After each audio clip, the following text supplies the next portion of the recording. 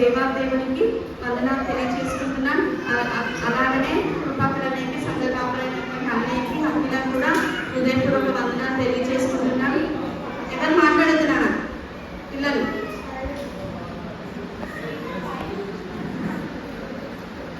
ఇక్కడ దేవుని వాక్యం జరుగుతుంది కదా. ఓకే, సిలువను పలికినటువంటి రెండవ మాటగా ధ్యానం చేసుకుందాం. లూకా సువార్త 23వ అధ్యాయము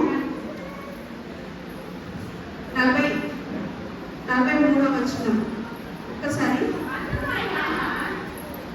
అందుకు ఆయన వారితో, నేను నీవు నాతో కూడా పరదేశంలో ఉందువని నిశ్చయముగా నీతో చెప్పుచున్నాను నేను. అందుకు ఆయన, నేను నీవు నాతో కూడా పరదేశంలో ఉందువని నిశ్చయముగా నీతో నేను చెప్పుచున్నాను.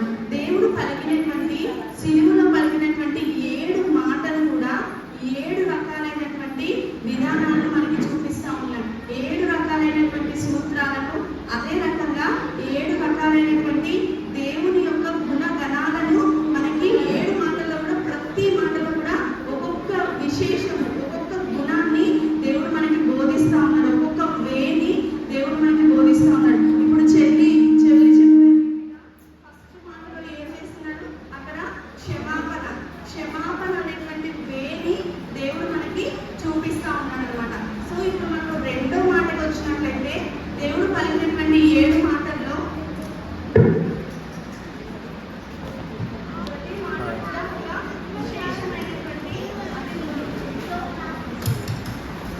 రెండు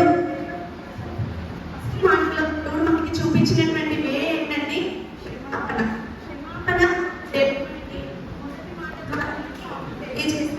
సో రెండో మాటగా, నేను నాతో కూడా పరదేశంలో ఉందని నిశ్చయంగా నీతో చెప్తున్నాను. ఈ మాటలో దేవుడు మనకు ఒక కాన్ఫిడెన్స్, ఆయన యొక్క జీవితంలో కాన్ఫిడెన్స్ లెవెల్ని మనకి చూపిస్తా ఉన్నారు.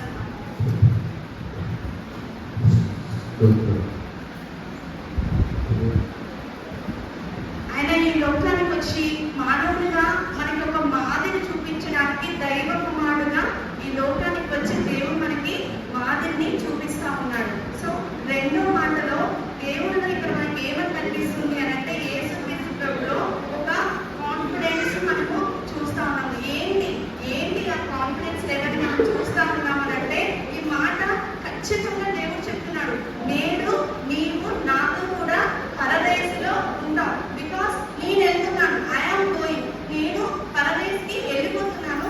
నా వెనకాల వెంటనే నీవు నాతో కూడా పరదేశికి వచ్చేస్తున్నావు. మన ఇద్దరం వీఆర్ గోయింగ్ టు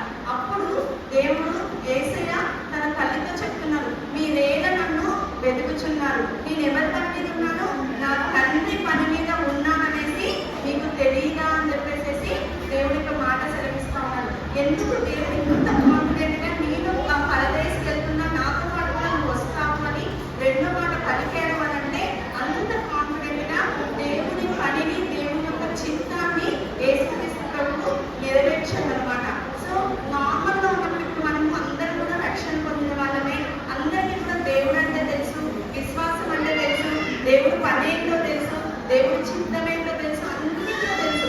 నా మీద మనం ఏదైనా దేవుని పని చేయాలి అని అన్నప్పుడు మనం ఫస్ట్ ఏమి ఎత్తుకుంటాం? కంఫర్ట్ జోన్స్ ఎత్తుకున్నాం కదా.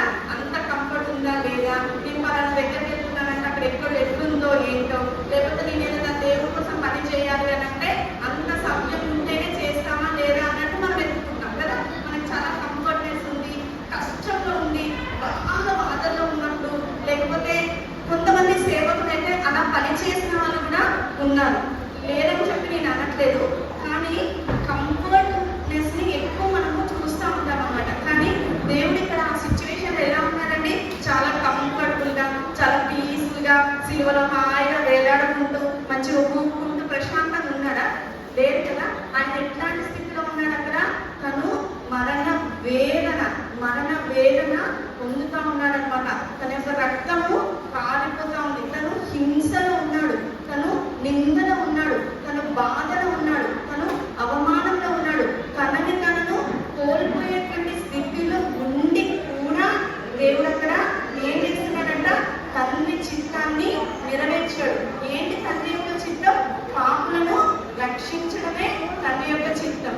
పాపులను తన యొక్క దేవుని యొక్క తండ్రి యొక్క పనిని చేయడమే తండ్రి యొక్క చిత్తం. కాబట్టి ఇక్కడ రెండవది ఏమంటున్నాడు ఇక్కడ? మొదటి వాడికి పశ్చాత్తాపం లేదు, రెండో వాడికి పశ్చాత్తాపం పడినప్పుడు ఇమ్మీడియట్ గా అతన్ని క్షమించి తనను కూడా నీవు నాతో కూడా పరదేశంలో ఉన్నా అంటే తన యొక్క ఆత్మను కూడా ఆయన మరణించేటువంటి స్థితిలో కూడా, తను వేదన ఉన్నటువంటి స్థితిలో కూడా, తను కష్టంలో ఉన్నటువంటి స్థితిలో కూడా తను దేవుని యొక్క పనిని జరిగించేటువంటి కుమారునిగా మనం ఇక్కడ చూస్తూ ఉన్నాం అనమాట. సో దేవుని యొక్క చిత్తాన్ని నెరవేర్చడానికి వచ్చినటువంటి కుమారులు, వాగ్దాన పూర్వకంగా పుట్టినటువంటి కుమారులు మన యొక్క బైబిల్లో ఉన్నారు కదా. ఎవరైనా ఒకరిద్దరు పేరు చెప్తారా? సమూయేలు, వెరీ గుడ్. దెన్ సంసోను, యోహాను, వీళ్ళందరూ కూడా వాగ్దాన పూర్వకంగా పుట్టినటువంటి కుమారులే. ఇందులో మనం జ్ఞాపకం చేసుకున్నట్లయితే సంసోను దేవుడు ఒకసారి నాకు జ్ఞాపకం చేస్తున్నాడు. న్యాయాధిపతులు 17వ అధ్యాయం మనం చదివినట్లయితే సంసోను స్టార్టింగ్ నుండి కూడా దేవుని మీద ఎప్పుడైతే ఆధారపడి ఉన్నాడో ఆయన ఫిలిస్తీన్లను హతమార్చడానికి, ఇశ్రాయేలును ఫిలిస్తీన్ల చేతి నుండి రక్షించుకోవడానికి దేవుడు అతన్ని ఎన్నుకున్నట్టుగా మనము చూస్తూ ఉంటాం అనమాట. కాబట్టి సంసోను స్టార్టింగ్ ఎప్పుడైతే దేవునితో అటాచ్మెంట్ లో ఉన్నాడో అప్పుడు తను ఎక్కడికి వెళ్ళినా కానీ ఏం జరుగుతుంది? విజయం జరుగుతుంది. అందరిని కూడా చంపేసి శత్రువులందరినీ కూడా ఓడించి వచ్చినట్టుగా మనం చూస్తూ ఉన్నాం. కానీ ఎప్పుడైతే దేవుని చిత్తం నుండి బయటికి వెళ్ళిపోయాడో, దేవుని పనిని జరిగించలేదో, దేవుడు ఇచ్చినటువంటి పనిని నెగ్లెక్ట్ చేశాడో, దేవుని యొక్క చిత్తాన్ని ఒక స్త్రీ ద్వారా నెగ్లెక్ట్ చేయడం అనేది జరిగింది. అప్పుడు తన యొక్క జీవితంలో ఏమైపోయిందంట? దేవుని యొక్క ప్రజెన్స్, దేవుని యొక్క పరిశుద్ధత, దేవుని యొక్క శక్తి అన్నిటిని కూడా సంసోను కోల్పోయినట్టుగా మనం చూస్తూ ఉంటాం. ఒకసారి న్యాయాధిపతులు 17వ అధ్యాయము 19వ వచనాన్ని చూద్దాం. న్యాయాధిపతులు 17వ అధ్యాయం 19వ వచనం.